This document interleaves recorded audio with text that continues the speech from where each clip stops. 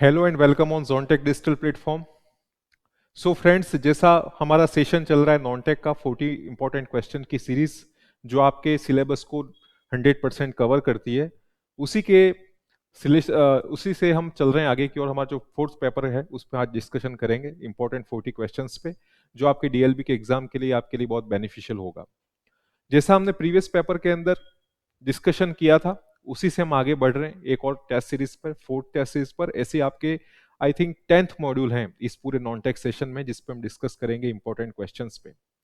DLB का paper आपके होने भी वाला है, काफी कम टाइम रह गया, और एक सेशन इसमें हम ये भी बनाएंगे जिसमें हम ये डिस्कस करेंगे कि लास्ट टाइम में आप किस तरीके से पढ़े। मैंने आपको प्रीवियसली भी कहा था, अगर आप इंटरेस्टेड हो तो कमेंट सेक्शन में जरूर बताइएगा, तो एक सेशन में बनाऊंगा कि जहां पर ये हम ये चीज पढ़ेंगे कि कौन से सेक्शन को ज्यादा इंपॉर्टेंस देने, किस तरीके से पेपर सॉल्व करना है, specially regarding to non tech. So friends, आइए हम स्टार्ट करते हैं हमारा आज का टेस्ट पेपर 4। और 4 टेस्ट पेपर का जो पहला क्वेश्चन है, फर्स्ट क्वेश्चन है, उस पर हम बात करते हैं। फर्स्ट क्वेश्चन है, what percentage of the total geographical area of Rajasthan comes under western desert region. Hindi के लिए बात हो रही है, राजस्थान के कुल भौगोलिक क्षेत्रफल का लगभग कितना प्रतिशत पश्चिमी वनुस्थली प्रदेश के तहत आता है। यह आपके राजस्थान का, this question refers to Rajasthan geography और फॉरमोस्ट फर्स्ट लेसन, जो आपका फर्स्ट लेसन है वहां से रेफर करता है, जिसके अंदर हम फिजिकल डिवीजन पढ़ते हैं राजस्थान के। जैसे आपके फिजिकल डिवीजन के अंदर डेजर्ट होता है, अरावली रेंज है, प्लेटू है, तो यहाँ पे उसी से रिलेटेड एक क्वेश्चन पूछा गया। बहुत बेसिक सा क्वेश्चन है, और मैं समझता हूँ कि इन 4 ऑप्शन में आप समझ गए होंगे राइट आंसर कौन सा है।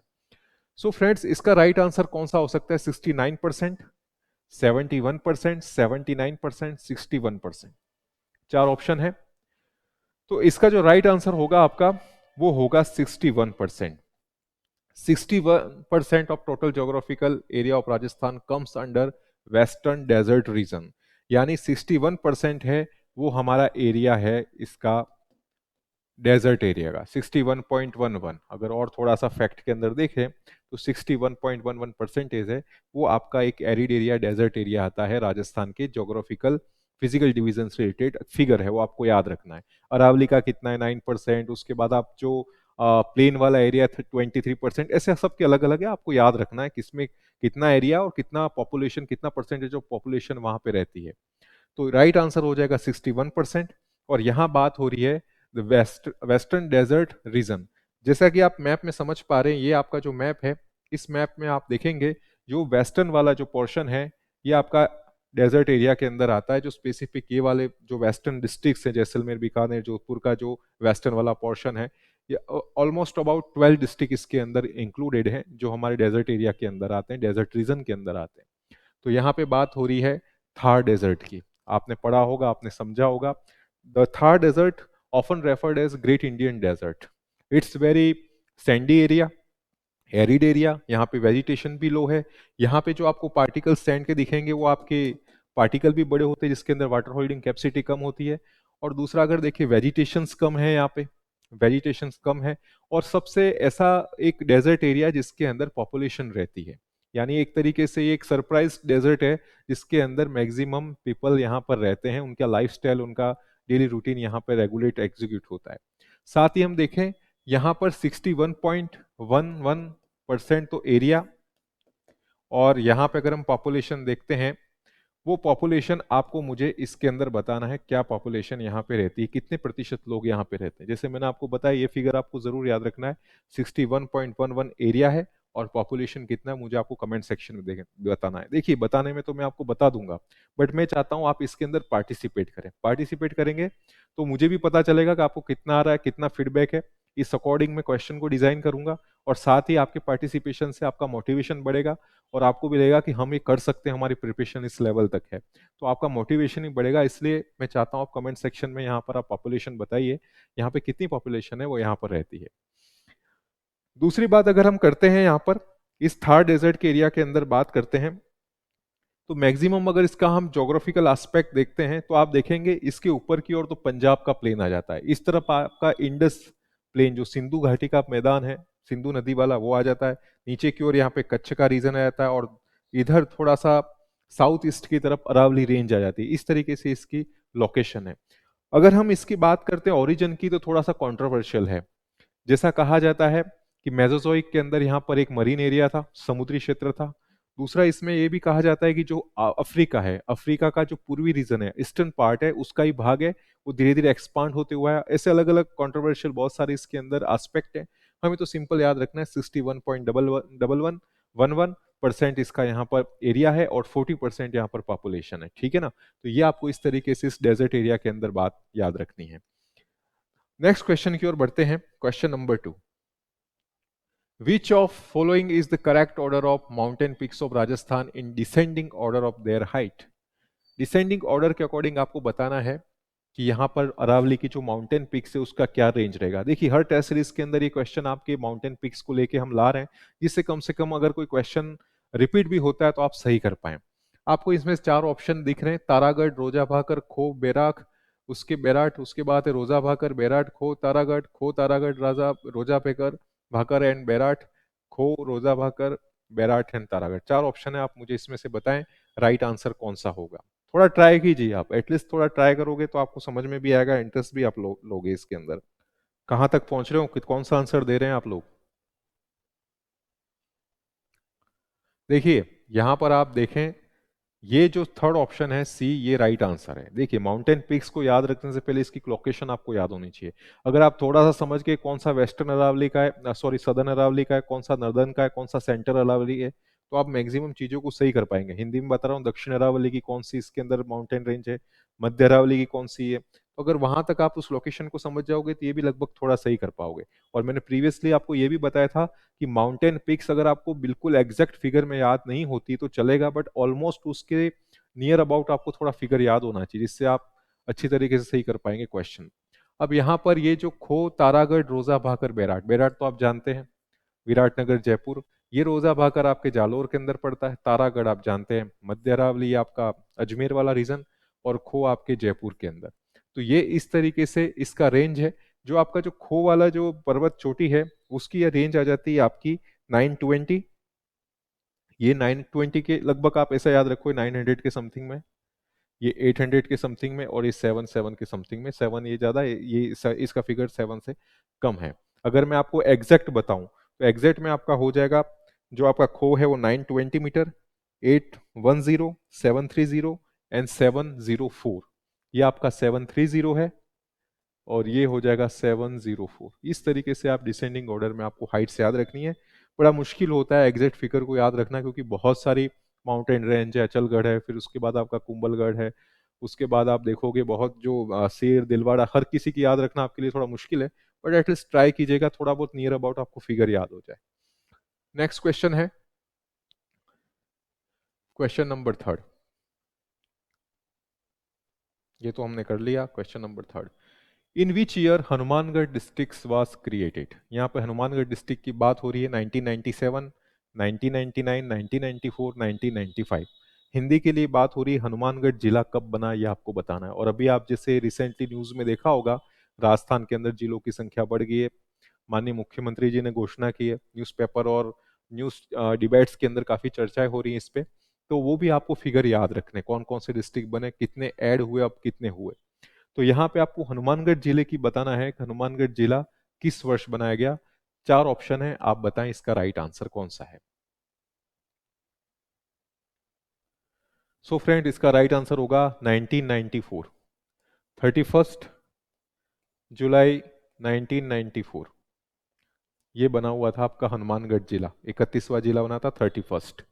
अर्लियर देयर वर 33 डिस्ट्रिक्ट अगर हम करंट की बात करते हैं, but recently added 19 district more. It made of about 50 district present situation के अंदर 50 है, क्योंकि जयपुर का जो आपका नॉर्थ साउथ और जोधपुर ईस्ट वेस्ट उसको एक में मर्ज कर दिया है।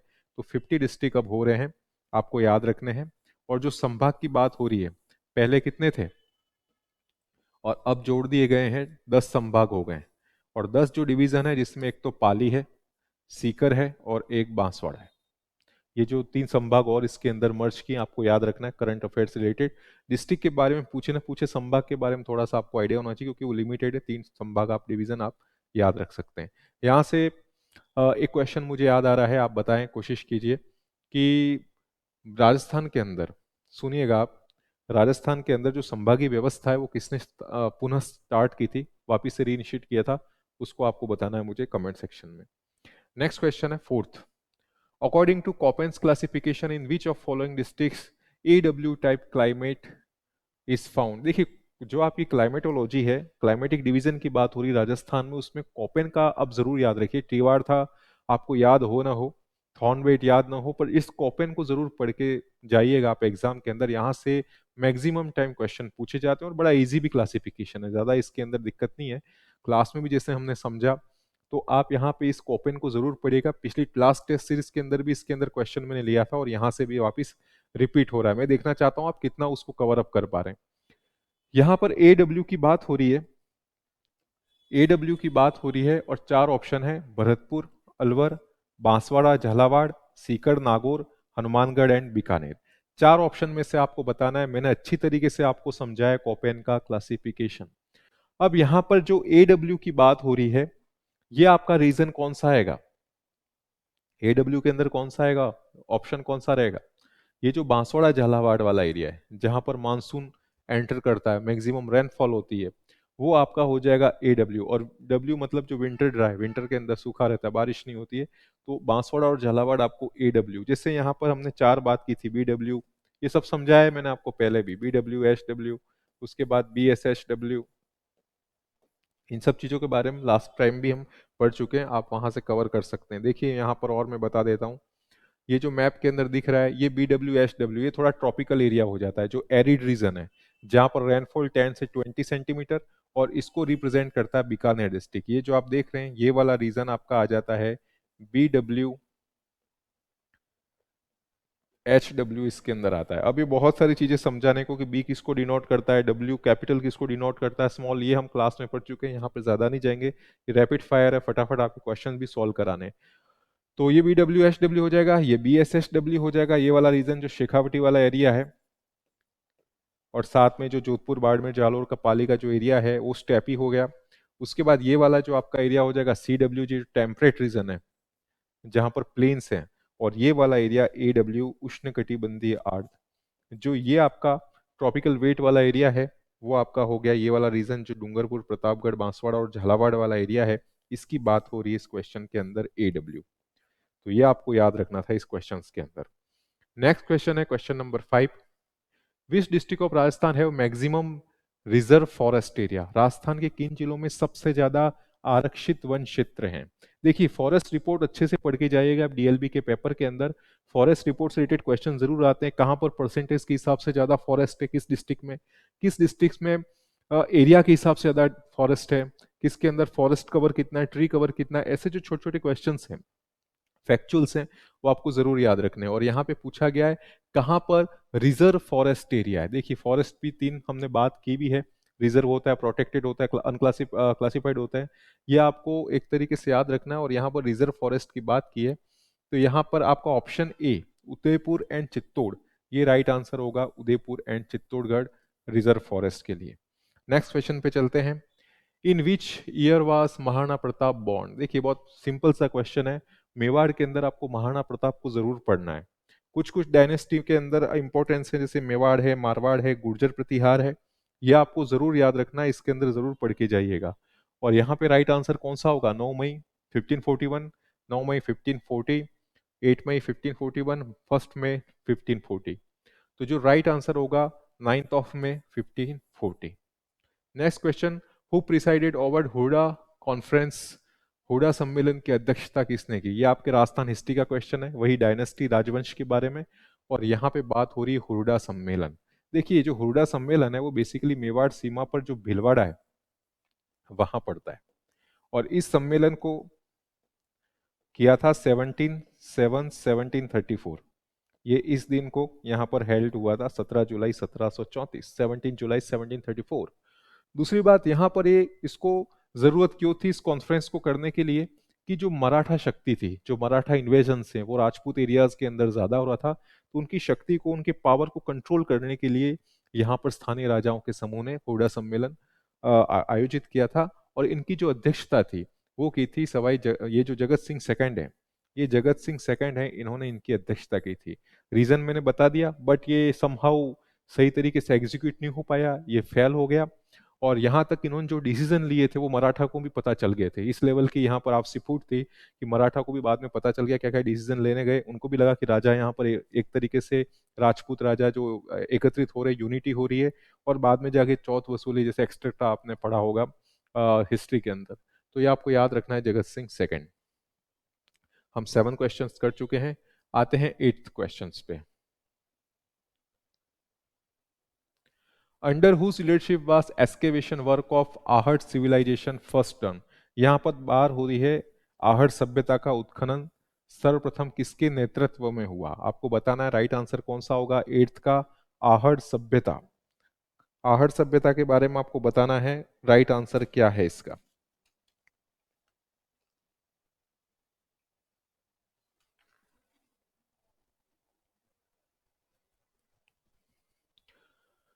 देखिए आहट सभ्यता की बात कहें, आहट को कहा जाता है कॉपर सिटी, ताम्रवती नगरी। हमने बात की थी क्लासेस के अंदर। यहाँ पर एक तरीके से जो जॉइंट फैमिली है उसका यहाँ पर एविडेंस मिला है। एक ही लाइन के अंदर जो स्टोव्स मिले, यानी इसे कहते हैं एक साथ 3 से 6 से 7 जो चूल्हे हैं वो एक तरीके से मिले, जो कहीं ना कहीं जॉइंट फैमिली, संयुक्त परिवार को इंडिकेट करते हैं। यहाँ पे जो मकान हैं, जो हाउसेज हैं, it was build by stone, जो पत्थरों से मिलकर बने हुए यहाँ पर मकान देखने को मिलते हैं। साथ में यहाँ पर जो तांबा गलाने की भट्टियां, जो मेन जो एलिमेंट था यहाँ पर वो था कॉपर। तो ये आपको याद रखना है। और यहाँ पर इनका किसके नेतृत्व में हुआ, इसका राइट आंसर होगा अक्षय कीर्ति व्यास, A K व्यास। ओके। और यहाँ पर एक चीज और की जो पॉटरी मिली है वो आपको याद रखना है, कौन सी पॉटरी मिली है आपको याद होना चाहिए। जैसे जिसे कहा जाता है रेड रेडवेयर, ये आपको याद रखना है। 9 क्वेश्चन है, which one of following words has been described by Colonel James Todd as the treasure of Mewar history? Colonel James Tod ने इनके में से किस युद्ध को मेवाड़ के इतिहास का मैराथन कहा गया है। देखिए बहुत बेसिक सा क्वेश्चन है। हल्दी घाटी का युद्ध, गोगुंदा, कुंभलगढ़ और दीवेर का युद्ध।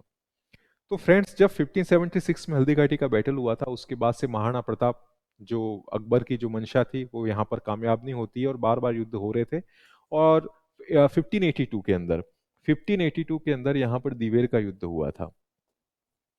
ये एरिया जो आपका कुंभलगढ़ राजसमंद वाला है, वहां पर दीवेर का युद्ध हुआ था। और कर्नल जेम्स टॉड ने इसे मैराथन कहा था। मैराथन इसलिए कहा था कि ये जो मैराथन वाला जो एरिया पड़ता है उसके अंदर जैसे जो आपके डेरियस हैं, जो फारस के, जो पर्शिया के डेरियस हैं, और डेरियस के साथ जो मिल्टिएट्स, ग्रीस के, यूनान के, उनके बीच में जो युद्ध हुआ था मैराथन वाली जगह पे, इस कारण इसको मैराथन कहा जाता है। और इसकी तुलना कर्नल जेम्स टॉड ने की थी महाराणा प्रताप से कि इनके सामने 4 गुना अधिक सेना थी, 4 टाइम्स ज्यादा मिलिट्री थी, तो भी इन्होंने डटकर सामना किया। दैट्स वाई ये मैराथन कहा जाता है। और यहाँ पे इसका राइट आंसर हो जाएगा दीवेर का युद्ध। ओके। नेक्स्ट क्वेश्चन है, यहाँ पर मूवमेंट है, उस मूवमेंट को आपको टाइम के साथ मैच करना है। बिजोलिया का मूवमेंट कब हुआ, सीकर का, डापड़ा और चंडावल का। और यहाँ पर है समय। इन दोनों को एक दूसरे के साथ आपको मैच करना है। ये क्वेश्चन मैं आपके लिए छोड़ रहा हूँ, आपको मुझे बताना है राइट आंसर, क्योंकि क्लासेस के अंदर हम बहुत डिटेल के अंदर ये पढ़े भी हैं। तो इसके राइट आंसर मुझे बताएं। Question number 10। थोड़ा सा मैं आपको होमवर्क इसलिए दे रहा हूँ कि आप सही तरीके से इसके अंदर इन्वॉल्व हो पाएंगे टेस्ट सीरीज में, क्योंकि बेसिकली ये सब चीजें आपके लिए हैं। अगर आप इसके अंदर इन्वॉल्व नहीं होंगे तो फिर इसका कोई सेंस नहीं कि हर क्वेश्चन का आंसर मैं ही बता दूं। जहां मुझे लगता है कि आप यहाँ पर थोड़ा फोकस करें, तो मैं आपके लिए कुछ क्वेश्चन छोड़ता जा रहा हूँ जिसमें आपको आंसर्स देने हैं। ओके। कुछ स्टूडेंट का मैंने देखा है फीडबैक अच्छा आता है, रिस्पॉन्ड करते हैं। तो सबको सिलेक्शन लेना है तो सबको इसके अंदर रिस्पॉन्ड करना होगा। और राइट आंसर मैं आपको कमेंट सेक्शन में बता ही देता हूँ। नेक्स्ट क्वेश्चन है question 11। Who is the author of Hammir हट। हम्मीर हट के लेखक कौन है। चंद्रशेखर, मालदेव, महेश एंड जोधराज। तो बिल्कुल बेसिक सा क्वेश्चन है, इसका हो जाएगा चंद्रशेखर, 11th का। यहां पर देखिए एक और भी चीज है, हम्मीर हट है, हम्मीर महाकाव्य नयनचंद्र सूरी, एक हम्मीर रासो है जोधराज, वो आपको याद रखना है ना। ये हम बात कर रहे हैं लिटरेचर, राजस्थान लिटरेचर के अंदर हम बात कर रहे हैं। नेक्स्ट क्वेश्चन है, which region of Rajasthan is rich in mural paintings. यहाँ पर बात हो रही है भित्ति चित्रों की दृष्टि से राजस्थान का क्षेत्र कौन सा संपन्न है। भित्ति चित्र मीन्स वॉल पेंटिंग, आपने देखा होगा और बुक्स के अंदर पढ़ा भी होगा, क्लासेस के अंदर भी हमने पढ़ा, जैसे फ्रेस्को, सेको, फ्रेस्को, बुनो, शेखावटी की जो भित्ति चित्रकला है। उसके बाद हमने पढ़ा था जो आपका जो कोटा बूंदी वाला एरिया है, वहां की जो वॉल पेंटिंग है, भित्ति चित्र, तो उसी से रिलेटेड है। तो यहाँ पर कौन सा क्षेत्र संपन्न होगा, तो यहाँ पर जो सबसे रिच एरिया है वो है कोटा बूंदी वाला एरिया। हमने ये सब पढ़े हैं, ये उमेद सिंह वगैरह ये चीजें पढ़े हैं ना, ये वही वहां से रिलेटेड है। Question number 13, which fort is also known as Garh Bitli? किस दुर्ग को गढ़ बिटली के नाम से भी जाना जाता है? जालोर का दुर्ग, सिवाना का दुर्ग, तारागढ़ और तारागढ़ फोर्ट बूंदी। दो हैं, आपको याद होना चाहिए, एक तो बूंदी के अंदर है और अजमेर के अंदर है। बूंदी के अंदर इट्स इसलिए आप उसे तारागढ़ की तरह देखा जाता है क्योंकि वो एक स्टार शेप के अंदर बना हुआ है बूंदी के अंदर, तो वो है। और एक आपका तारागढ़ अजमेर, और यहाँ पर बात की जा रही है, इसको रिलेट किया जा रहा है इस गढ़ बिटली से। तो इसका राइट आंसर कौन सा होगा? तारागढ़ फोर्ट अजमेर। ये जो अजमेर वाला फोर्ट है इसको कहा जाता है गढ़ बिटली, इसलिए भी कहा जाता है, actually it is a very important fort in related to architecture, it's very strategic point. And अगर हम देखें तो it was build by Ajay Pal Chauhan, 1354 के अंदर अजय पाल चौहान के द्वारा इसका निर्माण हुआ। और साथ में यहाँ पर गढ़ बिटली इससे कहा जाता है कि जो गॉड विठल दास थे उन्होंने इसकी मरम्मत करवाई थी, इसको एक तरीके से मेंटेनेंस किया था, that's why known as Garh Bitly. तो आपको ये वाला एरिया इसलिए याद रखना है गढ़ बिटली क्यों कहा गया है। नेक्स्ट थोड़ा सा हम इसके अंदर और समझते हैं कि जो शाहजहां का सेनापति था गौड़ राजपूत विठल दास द्वारा इसकी मरम्मत की गई, इसलिए इसे कहा जाता है गढ़ बिटली। यहाँ पर आप देख सकते हैं मीरान साहब की दरगाह, जितना भी हिस्टोरिकल पॉइंट है वो यहाँ पर आपको देखने को मिलेगा। और यहाँ पे एक और फोर्ट है, जैसे फोर्ट उसको कहा जाता है मैगजीन का फोर्ट, मैगजीन का दुर्ग, ये भी आपको जरूर याद रखना है। हल्दी घाटी की जो यहाँ पर स्ट्रेटेजी भी यही बनी हुई थी, एक तरीके से इस्लामिक आर्किटेक्चर यहाँ पर देखने को मिलता है, प्योर इस्लामिक आर्किटेक्चर देखने को मिलता है। साथ में टॉमस रो वगैरह जितने भी फैक्ट हैं उसको जरूर याद रखिएगा मैगजीन फोर्ट से रिलेटेड, ये आपको देखने को मिलता है इस तरीके से, ये अजमेर का फोर्ट। ओके, नेक्स्ट क्वेश्चन है question number 14, which of following is not correctly matched? यहाँ पर कौन सा सुमेलित नहीं है वो आपको यहाँ पर ध्यान रखना है, कौन सा सुमेलित नहीं है। देखिए, बादल महल है, ये तो राइट है जैसलमेर के अंदर। लालगढ़ पैलेस, ये भी बीकानेर के अंदर राइट है। उसके बाद जूना महल, ये डूंगरपुर के अंदर है। फूल सागर महल, ये गलत है, ये आपका उदयपुर की जगह जोधपुर है, ये यहाँ पर रॉन्गली है। ये जो फूल सागर है वो जोधपुर के अंदर है। बादल महल, लालगढ़, जूना महल, ये आपके जो आर्ट एंड कल्चर का है, आर्किटेक्चर, टेम्पल्स, फोर्ट, उसके अंदर से लिया गया क्वेश्चन है। इसका राइट आंसर हो जाएगा डी। नेक्स्ट क्वेश्चन है 14 के बाद 15। देखिए इस तरीके से आपको देखने को मिलता है ये आर्किटेक्चर में।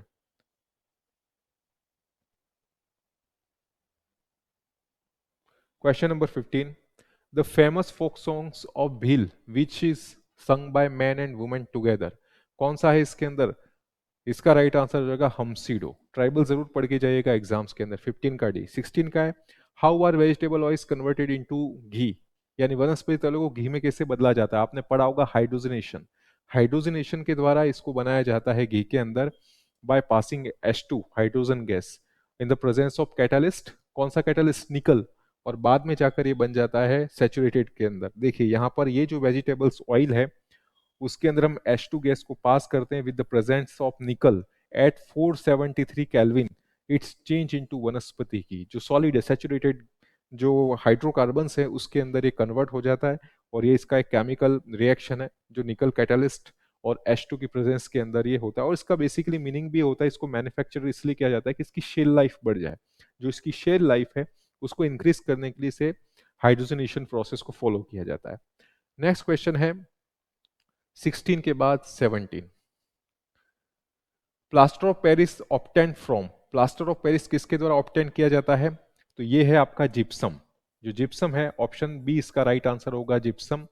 जो जिप्सम की जो एक तरीके से उसको जब गर्म किया जाता है 373 केल्विन पर, तो बाद में जाके क्या होता है, it losses it's water molecule और ये हेमीहाइड्रेट हो जाता है और एक तरीके से प्लास्टर ऑफ पेरिस बनता है। जैसा इक्वेशन में आप देख रहे हैं CaSO4.2H2O at 373 kelvin temperature CaSO4.12H2O, ये जो है वो एक तरीके से कैल्शियम जो सल्फेट जो सॉरी जिप्सम है उसके निर्माण की विधि है। और आप जानते हैं प्लास्टर ऑफ पेरिस का यूज बहुत होता है हॉस्पिटल्स के अंदर, बॉन फ्रैक्चर्स में होता है, वाइट पाउडर्स के अंदर होता है, केमिस्ट्री लेबोरेटरीज के अंदर होता है, जो वॉल सरफेस है उसको स्मूथ बनाने के लिए होता है। तो बेसिकली जिप्सम का यूज होता है। और आपको राजस्थान ज्योग्राफी से रिलेटेड मुझे एक चीज और ये भी बतानी है कि जो मिनरल्स हैं आपके राजस्थान ज्योग्राफी के जो चैप्टर सिलेबस के अंदर, उसमें बताएं जिप्सम का सर्वाधिक उत्पादन राजस्थान के किस जिले में होता है?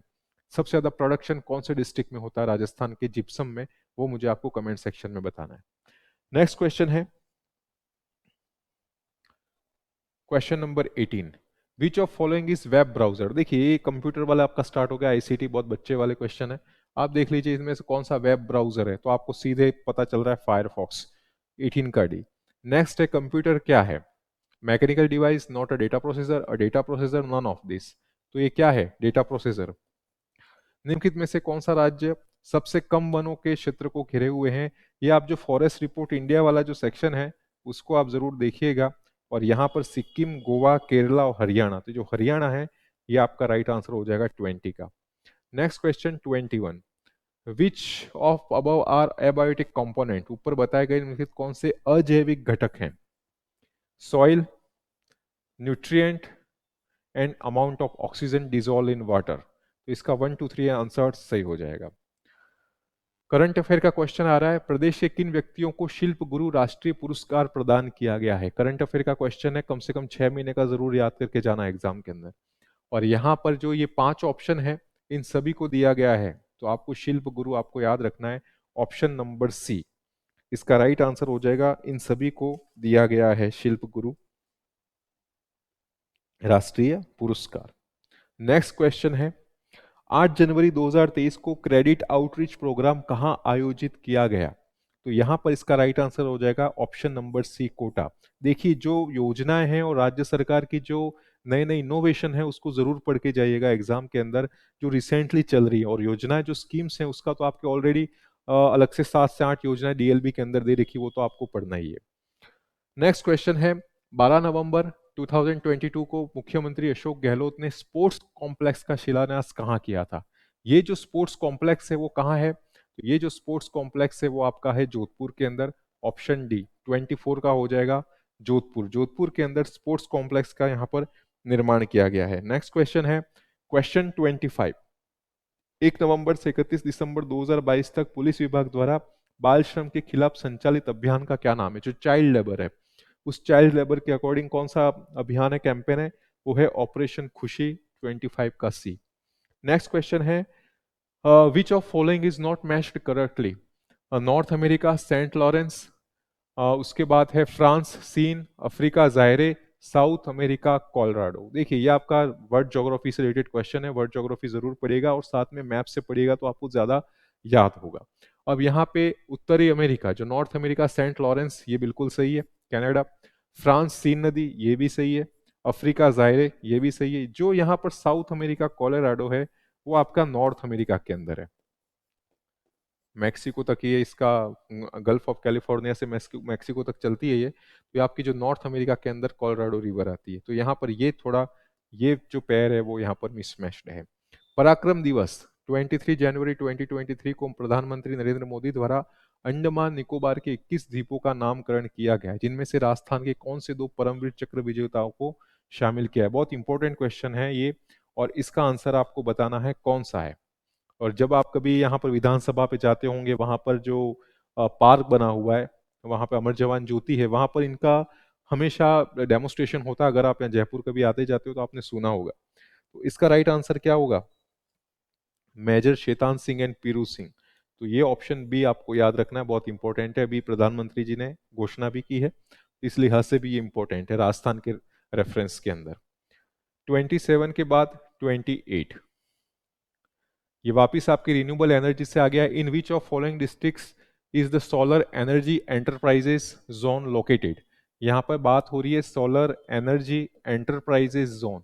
ये सोलर एनर्जी एंटरप्राइजेस जोन बनाने का बेसिकली राज्य सरकार की ये मंशा रही है कि जो सोलर प्रोडक्शन है, जो सोलर एनर्जी के प्रोडक्शन को कैसे ज़्यादा बढ़ाया जाए और एक एफिशिएंट वे में जो इलेक्ट्रिसिटी की जो प्रॉब्लम्स है और जो भी हम रिन्यूएबल एनर्जी के लिए जो काम कर सकते हैं उसको कैसे बढ़ाया जाए। जो हमारा जो लक्ष्य है, हमने जितना रिन्यूएबल एनर्जी के लिए जो टारगेट रखा है उसको कैसे सही किया जाए, उस तक कैसे पहुंचा जाए। तो इसके अंदर जो डिस्ट्रिक्ट्स हैं वो यहाँ पर बात हो रही है जैसलमेर, जोधपुर, बाड़मेर, नागौर, जोधपुर, पाली, जैसलमेर, नागौर, बाड़मेर, जोधपुर, जालोर, बाड़मेर।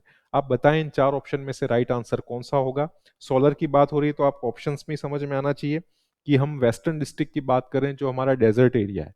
तो जो ऑप्शन नंबर ए है जोधपुर, बाड़मेर, जैसलमेर। अगर आप मैप में देखोगे तो यहाँ पर जैसलमेर, उसके बाद यहाँ पर आपका जोधपुर, और यहाँ नीचे की ओर बाड़मेर। ये वाला जो है उसको सोलर एनर्जी एंटरप्राइजेस जोन बनाया गया है। एक सेज अलग है, वो आपके राजस्थान इकोनॉमी से स्पेशल इकोनॉमिक एक्सक्लूसिव जोन, वो आपका अलग है।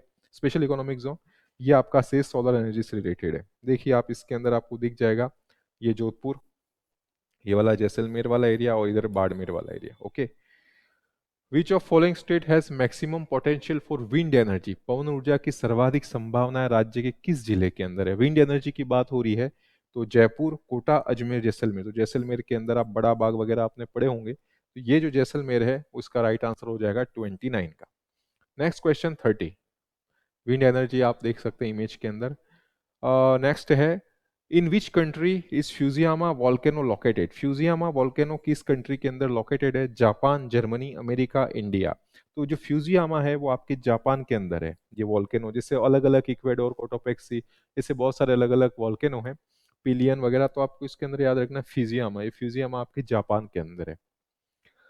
नेक्स्ट है 31, where is the pampas grassland located? New Zealand, Argentina, Africa, China. देखो अफ्रीका और चाइना में तो ये है ही नहीं, तो पंपास आपको कहाँ मिलेगा? अर्जेंटीना के अंदर। न्यूजीलैंड के अंदर, न्यूजीलैंड के अंदर तो कैंटरबरी है, तो अर्जेंटीना के अंदर आपको पंपास ग्रासलैंड मिलेंगे। यानी ये जो ग्रासलैंड मतलब होता है घास के मैदान, और ये जो पंपास है उसका मतलब ये होता है एक तरीके से ये जो टेम्परेट रीजन के अंदर ग्रासलैंड है जिसकी ग्रासेस स्मूथ होती है एक तरीके से, तो ये आपको पंपास आपको याद रखना है अर्जेंटीना के अंदर। इसमें भी अलग अलग हैं जो हॉट एरियाज हैं और टेम्परेट, उनके अलग अलग नाम है। जैसे अफ्रीका के अंदर वेल्स है, अर्जेंटीना आपने देखा है, उसके बाद ये जो पंपास की हमने बात कर दी, साथ में आप देखेंगे ब्राजील के अंदर, ऐसा सबका अलग है, तो आपको ये थोड़ा थोड़ा बहुत ऊपर सुपरफिशियली याद होना चाहिए। नेक्स्ट क्वेश्चन है, केंद्रीय बजट 2023-24 में कृषि ऋण का लक्ष्य बढ़ाकर कितना रखा गया है? एग्रीकल्चर लोन की बात हो रही है, एग्रीकल्चर लोन कितना कर दिया गया है? 32 का राइट आंसर बताएं। राइट आंसर हो जाएगा ऑप्शन बी 20 लाख करोड़। देखिए ये जो फिगर वाले हैं वो आपको रटना ही पड़ेगा, इसमें याद रखने जैसा कुछ नहीं है, आप इसको थोड़ा समझे या रटे जो आप पे डिपेंड है आपकी अंडरस्टैंडिंग कैसी है। नेक्स्ट क्वेश्चन है, agitation led to passing of widow remarriage act 33 का बताना है। आंदोलन कारण 1956 में विधवा पुनर्विवाह अधिनियम पारित हुआ। देखिए आपका जो रेनेसे वाला जो टॉपिक है इंडियन हिस्ट्री के अंदर पुनर्जागरण, उससे लिया गया क्वेश्चन है। आपके पुनर्जागरण दिया भी गया है इंडियन हिस्ट्री में, तो वहां से लिया गया है विधवा पुनर्विवाह। तो यहाँ पर जो विडो रीमैरिज है उसके अंदर है option number B Ishwar Chandra Vidyasagar. इसका राइट आंसर होगा, इनके प्रयासों से विधवा पुनर्विवाह अधिनियम पारित हुआ था। ये हम बात कर रेनेसा, रेनेसा का मतलब होता है रीबर्थ। इंडियन हिस्ट्री के अंदर आप पढ़े होंगे, रीबर्थ मतलब जो उस समय की जो तत्कालीन जो सामाजिक बुराइयां हैं, कुरीतियां, जैसे पुरोहितवाद, कर्मकांड, ब्राह्मणवाद, ये जितना भी जिसके कारण जो ऊंच नीच है, जाति पाति की जो समस्या, छुआछूत, ये सब है, इनसे अलग होकर राजा राम मोहन राय, दयानंद सरस्वती, आपने पढ़ा होगा एनी बिसेंट का थियोसॉफिकल सोसाइटी, ये सब लोग आके एक समाज को, एक लोगों को नई दिशा दी। तो उससे रिलेटेड आपका पुनर्जागरण वाला टॉपिक है, उसको जरूर पढ़िएगा। नेक्स्ट क्वेश्चन है 33 के बाद 34। 34 की बात कर रहे हैं, किस पंचवर्षीय योजना के तहत राष्ट्रीय शहरी आजीविका मिशन का क्रियान्वयन किया गया? 10वीं पंचवर्षीय, 12वीं, 11वीं और 9वीं। यहाँ पर 5 ईयर्स प्लान्स की बात हो रही है, किसके तहत किया गया ये आपको आंसर बताना है। तो इसका राइट आंसर कौन सा हो जाएगा? 12th पंचवर्षीय योजना, जो 12th 5 ईयर प्लान है, option number A is the correct answer. 35, Indira रसोई योजना के तहत नगर निगम पर प्रतिदिन कितनी थालियों का प्रावधान रखा गया है? इंदिरा रसोई योजना जरूर पढ़िएगा। मैंने आपको जो डीएलबी का हमने जो स्कीम्स पे चर्चा की है, उस स्कीम के अंदर जब चर्चा की उसका पूरा सेशन पड़ा हुआ है यूट्यूब पे, तो उस यूट्यूब पे आपको जरूर एक बार उसको रेफर कीजिएगा, तो आपके लिए कहीं ना कहीं काम आएगा। तो इसका ऑप्शन क्या होगा, क्या लगता है आपको? 100, 200, 150 और 250? तो 200, 200 करेक्ट आंसर होगा। 35 का हो जाएगा बी, 35 का आंसर हो जाएगा आपका बी 200। नेक्स्ट है क्वेश्चन है, अमृत मिशन के तहत किन शहरों को घर घर पानी पहुंचाने का संकल्प लिया है? कितने शहरों को? यहाँ फिगर की बात की गई है तो 500 सिटीज। नेक्स्ट है, इंदिरा गांधी शहरी रोजगार गारंटी योजना के तहत अकुशल श्रमिक को कितने रुपए प्रति दिवस मजदूरी देने की घोषणा की है? तो ये जरूर आप पढ़िएगा। जो अर्ध कुशल हैं, कुशल हैं, वो सेमी स्किल्ड है, हाफ स्किल्ड, ये आपको थोड़ा सा याद रखना है, इनकी पर्टिकुलर लेबर वेजेस कितनी है। तो इसका राइट आंसर हो जाएगा 259। 259 is the correct answer of question 37। Question 38, प्रधानमंत्री आवास योजना कब शुरू हुई? प्रधानमंत्री आवास योजना, जिसमें आपने देखा होगा, आप तो सब जगह पक्के मकान बन रहे हैं प्रधानमंत्री आवास योजना के तहत। तो इसकी जो योजना स्टार्ट होती है 25 जून 2015, 25 जून 2015, ऑप्शन नंबर सी। मैं थोड़ा इसलिए फास्ट कर रहा हूँ कि आपका टाइम ज्यादा इसके अंदर, इन डेटास के अंदर तो ज्यादा समझने जैसा है नहीं, तो जल्दी से मैं आपको आंसर बताऊं जिससे आपका टाइम बच जाए। जहां पर कॉन्सेप्ट की बात आती है, मैंने आपको डिटेल एनालिसिस बताया है, थार डेजर्ट वगैरह, हाइड्रोजनेशन, बट ये जो करंट अफेयर के डेटा है इस डेट के अंदर मैं कुछ आपको समझा नहीं सकता हूँ। और अगर हम इस योजना की पर्टिकुलर बात कर रहे हैं, तो मैंने यूट्यूब के अंदर अपना जो जॉनटेक का चैनल है उसके अंदर मैंने डीएलबी स्कीम्स पूरी समझाई है, जो आपकी सिलेबस के अंदर मेंशन है विद डिटेल। 1 से 1.5 घंटे का सेशन है, तो वहां पे हमने डिटेल की बात की है। और हो सकता है मैं भी आने वाले कुछ दिनों में और इसका अपडेटेड डेटा के साथ एक सेशन और रखूंगा इस स्कीम्स का, तो वहां से आप रेफर कीजिए। 39 है, who is the father of Indian renaissance? भारतीय पुनर्जागरण के पिता कौन है? 4 ऑप्शन है, गोपन हरि देशमुख, राजा राम मोहन राय, स्वामी विवेकानंद, महात्मा गांधी। तो अगर भारत के पुनर्जागरण के पिता की हम बात करें, फादर ऑफ इंडियन रेनेसेंस, तो यहाँ पर होंगे राजा राम मोहन राय। 39 का राइट आंसर हो जाएगा ऑप्शन बी। आप इन्हें एक तरीके से फादर ऑफ इंडियन रेनेसेंस कहते हैं। इनके बारे में जरूर पढ़िएगा, संवाद कौमुदी वगैरह, ब्रह्म समाज, आदि ब्रह्म समाज, ये सब चीजें आपको पढ़नी पड़ेंगी। इंडियन हिस्ट्री का क्वेश्चन है ये। नेक्स्ट है 40, इसरो का मुख्यालय कहाँ स्थित है? नई दिल्ली, मुंबई, बेंगलुरु, हैदराबाद। इसरो आपके साइंस टेक के अंदर भी है, तो इसका राइट आंसर हो जाएगा बेंगलुरु। बेंगलुरु के अंदर इसरो का आपको देखने को मिलेगा। फुल नेम है इंडियन स्पेस रिसर्च ऑर्गेनाइजेशन, एक लीडिंग एजेंसी है हमारे जो स्पेस प्रोग्राम्स के लिए। और इसरो से रिलेटेड भी करंट अफेयर जरूर पड़ेगा, कौन कौन से मिसाइल्स अभी लॉन्च की गई है, कौन कौन से अभी जो हमारे एक्सपीडिशंस हो रहे हैं, एक मिलिट्री एक्सरसाइज जरूर पड़ेगा आप करंट अफेयर में।